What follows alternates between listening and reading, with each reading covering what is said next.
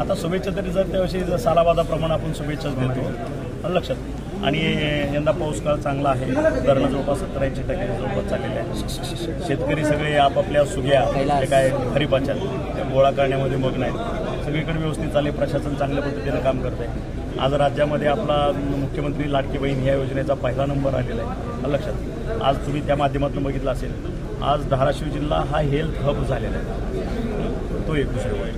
त्याच्यानंतरची पुढची गोष्ट की आज माननीय मुख्यमंत्र्यांनी संभाजीनगरमध्ये भैरवनाथ तीर्थक्षेत्र सोनारी ह्यासाठी बृहत आराखडा 186 कोटीला मंजुरी दिलेली आहे. त्याच्यामुळे तुम्हाला भविष्यात ज्याप्रमाणे मोठं देवस्थान आपलं जसं तुळजाभवानी मातेचं आहे त्याच पद्धतीचं सोनारीचं मंदिर त्याचं डेव्हलपमेंट त्या पद्धतीने होईल.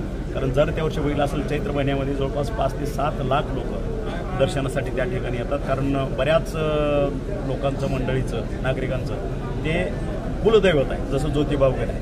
त्याच धर्तीवरती आज सोनारीचा विकास होऊ घातलेला आहे. आणि ही आजच्या क्षणी हे माननीय मुख्यमंत्र्यांनी दिलेली धाराशिव जिल्ह्याला भेट. तुम्ही पंचनाम्याचं म्हणताय, आता पंचनाम्याचा विषय आहे की अतिवृष्टीने जे आता जी अतिवृष्टी झाली काही ठिकाणी झाली आहे धाराशिव, काही ठिकाणी आणखी प्रशासनाकडून कलेक्टर साहेबांनी आदेश दिले, मात्र खालची यंत्रणा पंचनामे झाली. पोहोचलेल्या शेतकऱ्यांनी तशी लेखी तक्रारी केली नाही बरोबर आहे. त्याचा विकली 2-3 दिवसांना कलेक्टर साहेब त्याचा आढावा घेतात. आज त्याच्यावरही चर्चा झाली.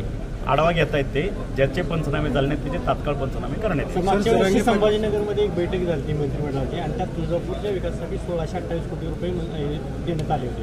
त्यातले आज अद्याप काही आलेले नाही, ते माहिती घेतो. सर आरोग्याच्या संदर्भात प्रश्न आहे.